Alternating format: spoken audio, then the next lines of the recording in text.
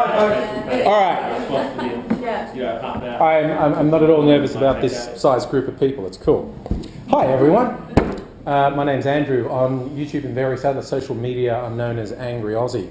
I will not make this primarily about me. I will just give a little bit of background as to why I may arguably be qualified to talk on the subject of YouTube and social media. I just had my 7th anniversary on YouTube. I've been creating content for 7 years. I've probably uploaded very close to 1,800 videos in that time across multiple channels. 1,800. My main channel has over 1,600 videos on it, has over 40 million views overall.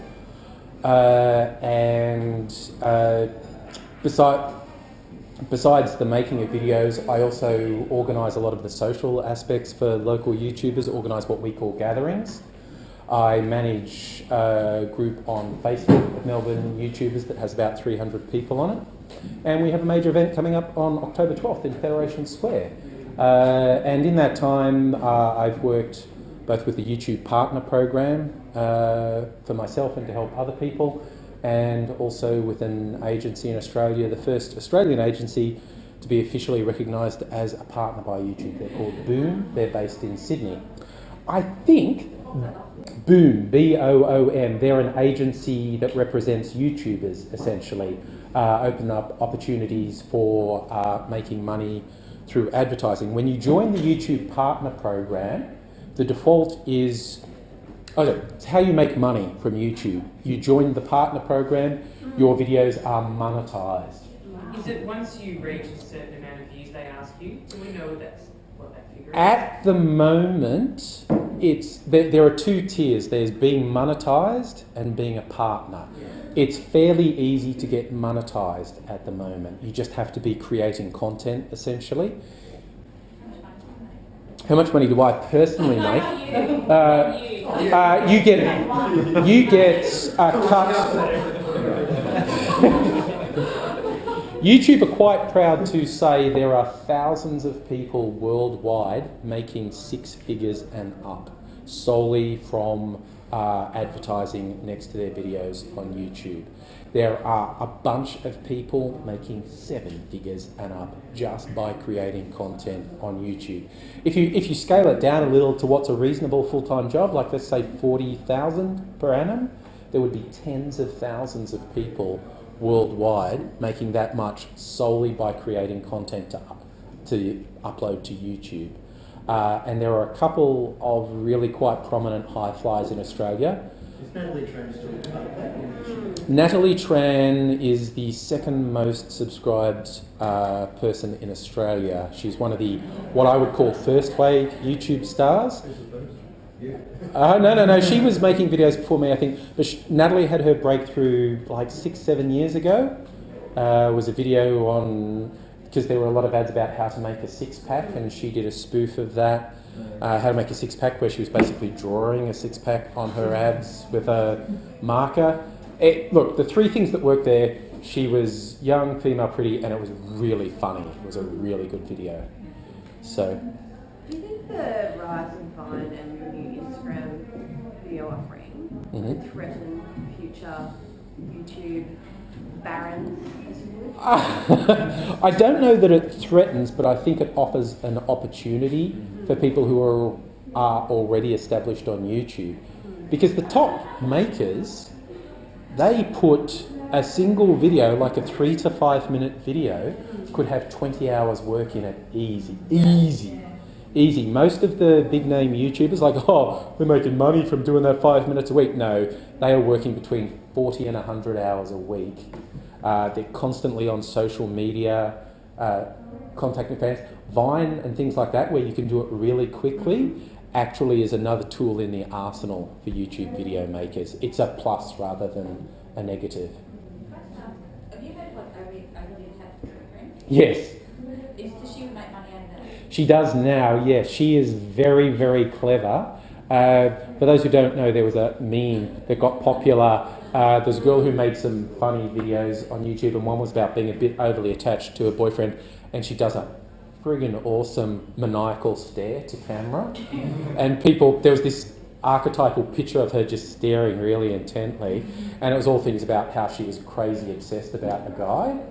And most of the people who become the image that's used on these memes don't do anything out of it, but she really leveraged it. She makes content all the time on YouTube. She's bloody funny, and she's also networked with a bunch of the other big YouTube stars. So she has actually really capitalised on that and makes quite a good living off it. So who's number one in Australia?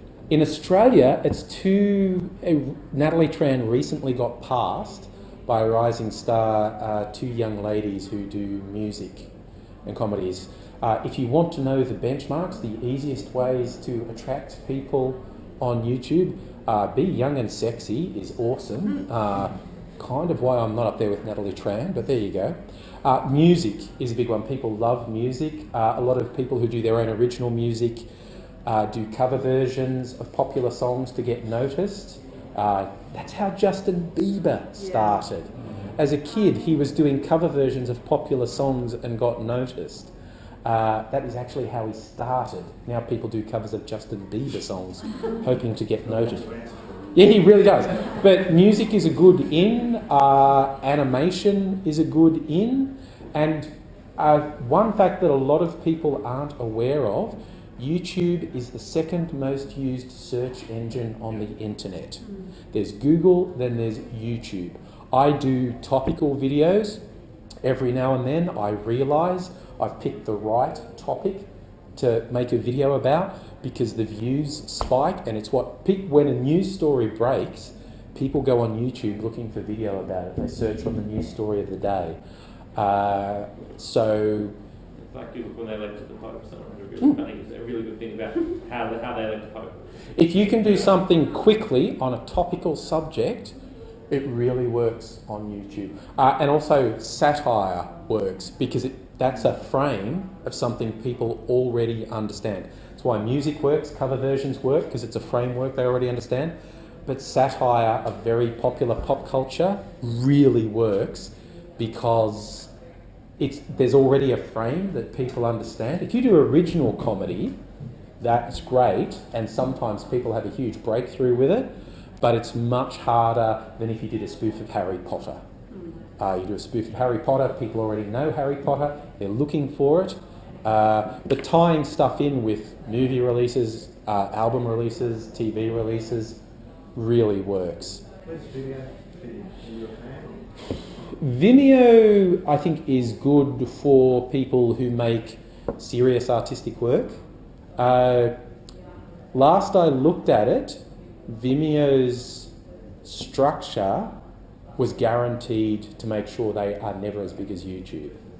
They make you pay for more uploads, they make you pay to be more active on the site. And understand, I believe they're profitable. I believe they've made themselves a niche, but the last time I looked at their rules, they pretty much guaranteed they will never be as big as YouTube. But they have more liberal standards with nudity. YouTube doesn't. YouTube really, really doesn't. Amanda Palmer had to recut one of her videos recently because the boobs weren't artistic enough. The HBO. Yeah. So, look, honestly, Vimeo has a lot of stuff that's just softcore porn. But also, again, if your artistic work involves nudity or simulated sex, Vimeo's your friend, YouTube isn't. It's as simple as that. I didn't read the article because I was deactivated my Facebook. Yeah. Something not really using Facebook at the moment, but I heard that Facebook is threatening Vine. Sorry, they're what? Threatening Vine, like to take over from Vine. So I don't know what that's I did see some stats recently that suggested Instagram introducing video cut the ground out from under Vine really savagely. Yeah, no, I don't think Facebook's cutting edge in anything. Facebook's only losing market. But they buy everything that is. Yeah, they own Instagram. So Yes. Oh, well, yeah, there you go. They own Instagram, so therefore, by definition. Market. There you go. Yeah. Yeah, but how trustworthy it was, I'm not sure, because, you know, lies, damned lies and statistics, but I saw a fairly convincing graph that showed Vine going dit, dit, dit, dit, dit, and then Instagram introduced video and Vine went and Instagram went like that. So... But it is new, obviously. It is and new, exciting, yes. And maybe Yeah. it will even out in a couple Yeah. of months. Yeah, I mean, sometimes 6 seconds oodles. I've seen some people... It's actually, you know, depending on what you're doing, 10 seconds can be too long.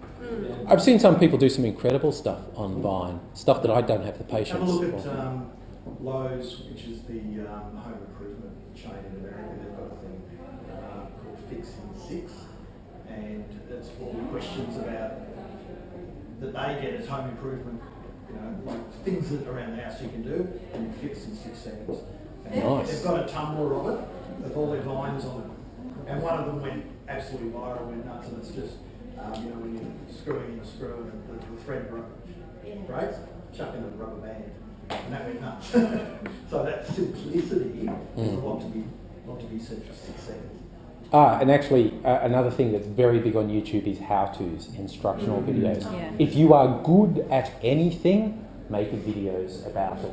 Some of the most successful YouTubers in the world do beauty, health, lifestyle, makeup, hair, nails, things like that. It's astonishing how well how-to video. One of my all-time best ones is how to fake a Steadicam. So there'll be a lot of competitions of people doing the same thing. Yes. How do you make sure that you're being... That's the literally $1 million question. And looking at how other people have done it, my number one guiding principle is always do stuff you care about, because that shows your own passion. If you care about it, you're not going to be the only person in the world. If you do it cynically, it might work, but I also think that shows. But if you really care about what you're doing, it's likely someone else does. And it makes it easier to continue to produce the content. The other thing for YouTube, produce content regularly, whether it's once a week, once every 2 weeks. Doing it once every 2 weeks all the time is better than doing 4 in 1 week, then doing nothing for a month, then doing 3, then doing nothing for 2 months, then doing 6. The weirdest bit to me about YouTube, people can watch it whenever they want, but they really appreciate a schedule, which is weird as far as I'm concerned, but that's been proven again and again and again. Surrogate TV?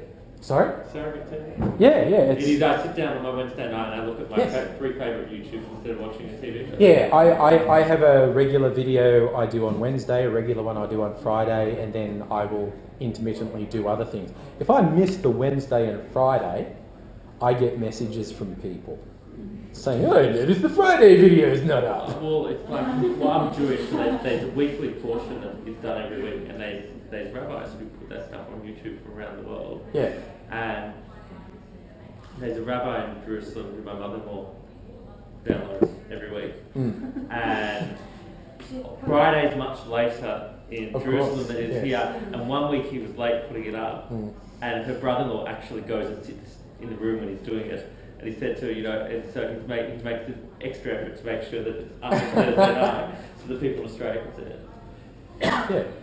So, yeah, as weird as it sounds, given that people can watch it literally whenever they want, a schedule helps.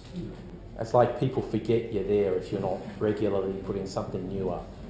What tools do you recommend for measuring the trend so that you can be a bit reactionary? Like a Google Insights. Google gives you analytics out the wazoo. If you're a statistics nerd, you would love what Google gives you. Can break it down by country, by age, by gender, by how they came to your video. The statistics, they'll give you statistics till they lick out your ears. Unsurprisingly, for instance, my stuff is most popular in English-speaking countries. Most of my views will come from the USA and Australia, then Europe, then surprisingly Scandinavia. For some reason, I've got a fan base in Scandinavia and Northern Europe. I have no idea why, but Google tells me I do. And one of my videos had a huge amount of views come from India, and I had no idea why. I looked at analytics. It was showing up as a related video next to some popular Bollywood videos. I have no idea why.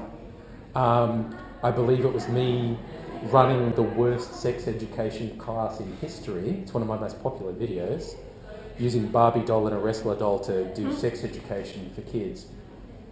Don't ask, or do ask. You know? But it showed up next to some sexy Bollywood videos, and I got literally hundreds of thousands of views from India because it showed up next to something else.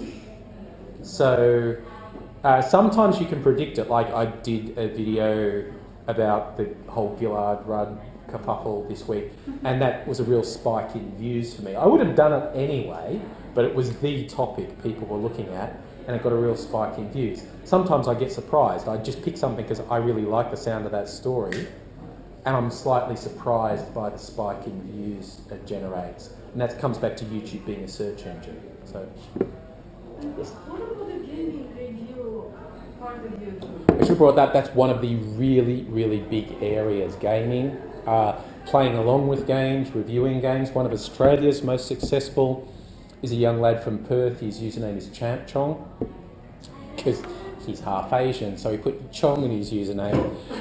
Interestingly, that gets you banned from some forums, he found out. If you try to use a username Chong, they assume you're racist, and he's had to justify that he's not actually racist, it's just what he's always called himself. Like Champ Chong, he's the champ Asian gamer. You know. One of the biggest worldwide is from Sweden, PewDiePie. Just this guy, he just plays videos and he's very funny. He gives a running commentary of the videos. There are literally, and my stepson spends hours and hours watching people doing playthrough of games.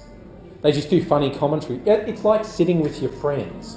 You know when you sit with your friends and go, look at what happened there, his head exploded like a watermelon.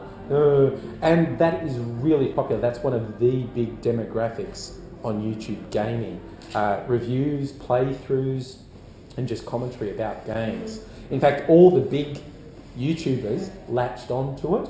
They realised how popular gaming was, and even if they weren't particularly good at games, they just started playing video games and recording the result, and it's been really popular for all of them. So,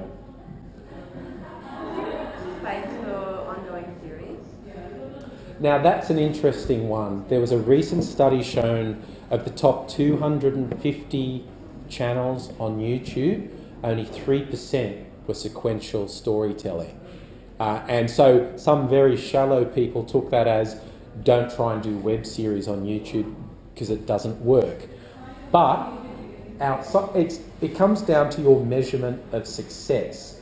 There are a couple of huge success stories online of doing sequential storytelling. The guys who virtually invented machinima, Rooster Teeth, these guys used a game called Halo, and they recorded the video of them playing it, and they invented a script to go with it. And they would just move the little characters around and record it, and then they would do voiceover script, and it's insanely funny. And they've built an empire out of, essentially they were stoned and making up stories about the games. More recently, a guy called Freddie Wong, who does special effects videos, with some of his collaborators, they came up with an idea. They said, we want to make a series, we're going to call it Video Game High School. They launched a Kickstarter. It was oversubscribed to an enormous degree, and they're doing season 2 now. Same way, the Vlog Brothers, Hank and John Green, they have a very successful channel they call Vlog Brothers. John's a very successful young adult author, Hank's a musician, and they decided they wanted to do a series they called the Lizzie Bennet Diaries. It was Pride and Prejudice retold as video blogs. And they did the same thing. They did a Kickstarter. It was insanely successful. In terms of niche success, it's definitely possible. In terms of huge mainstream success, not so much. But don't believe people who do the statistics really shallowly and say, because only 3% of the top 250 do sequential videos, there's no future in it. There are really significant success stories. It comes back to, again, it's your passion. Hank and John and their friends wanted to do the Lizzie Bennet Diaries. and they had an audience who loved what they did and would support it, and they went ahead. And the weird thing is, they put the Lizzie Bennett diaries up for free on YouTube. The Kickstarter was to do a DVD version and special things, and people paid for DVDs of it. They could watch it for free on YouTube whenever they want, but they were so involved and impassioned. Did they wanted a physical copy in their house? Yeah, and they wanted to support the people who did it. Same as I've got the box set of Red vs. Blue. I've got 5 seasons of Red vs. Blue on DVD at home. I can watch it on YouTube whenever I want. But partly it was the convenience and I like artefacts, and partly it was like, these guys do awesome work, I don't mind supporting them.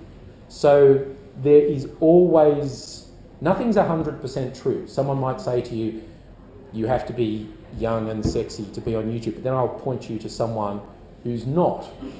I'm not talking about me, shut up. But there are always exceptions to the rule. So my central goal is define your own terms of success. That's how you'll know if you succeed. So like, I want or feel like I'm an artist and I need to do this. It will be successful if these things happen. And maybe it's just money. Maybe it's like, I'll think it's successful if I make this much money. But the guys I mentioned before, Hank and John Green, the Vlog Brothers, for them, success is community. They have a community that's known as the Nerd Fighters. And they say, these guys turn down offers all the time because they're not interested. Particularly cable TV in the US, because they do some educational stuff as well. Cable TV says, oh, could you do a series of this? And they said, well, we'd be interested if it was this. And they go, but everyone likes it if it's either about Hitler or giraffe sex. Could it just be that? And Hank and John point out some of their least viewed videos are ones they call Thoughts from a Place. It's where they get philosophical because they're travelling somewhere. But in their core audience is more engaged with those videos. So Hank and John regard those as their most successful videos, even though they make the least money from them, because the people they regard as their core audience, their community, are most deeply engaged with those ones. So set your own standards of success, and then you'll know whether or not you're succeeding. I haven't heard, has the music gone yet? I have no sense of what the time is. Okay. Haha! Well, that's interesting. I don't think YouTube mobile first up. YouTube, about half the views of YouTube videos come from not a PC at the moment. YouTube tried to create the high quality content, sequential content. They gave people millions of dollars, and it didn't put out HD videos. Well, and sequential storytelling, and it didn't really work. And that was a learning thing for YouTube. They went, we're actually probably better off just rewarding the people who do stuff and is successful, rather than try to create our own version of TV. I actually think in 5 years' time, everyone's PTs will be mobile. Yeah. So YouTube always changes. Being one of the users, people always complain about the changes, but YouTube doesn't sit still. They know the ground keeps changing. If they stay in one place, they'll fall over. So they're always looking for the future. Someone will eventually replace YouTube. No one's on the horizon yet, because YouTube keeps reinventing itself. So the future will be a surprise. How come Vimeo didn't take out of YouTube share? How come Vimeo didn't get to be a successful YouTube? I mean, it's much better to locally. Yeah, Vimeo turned themselves into a niche, basically, because it's really expensive to run a video hosting site. Oh yeah. YouTube, despite, if anyone ever tells you YouTube loses money, their thinking's about 5 years out of date. YouTube generates a profit and has done for 5 years. So, but that's a question of having Google behind them and the scalability. Without that scalability, it's really hard to make money. So Vimeo has created their own niche and they're sticking with it. High quality, professional, very artistic stuff is more Vimeo. Thank you, everyone.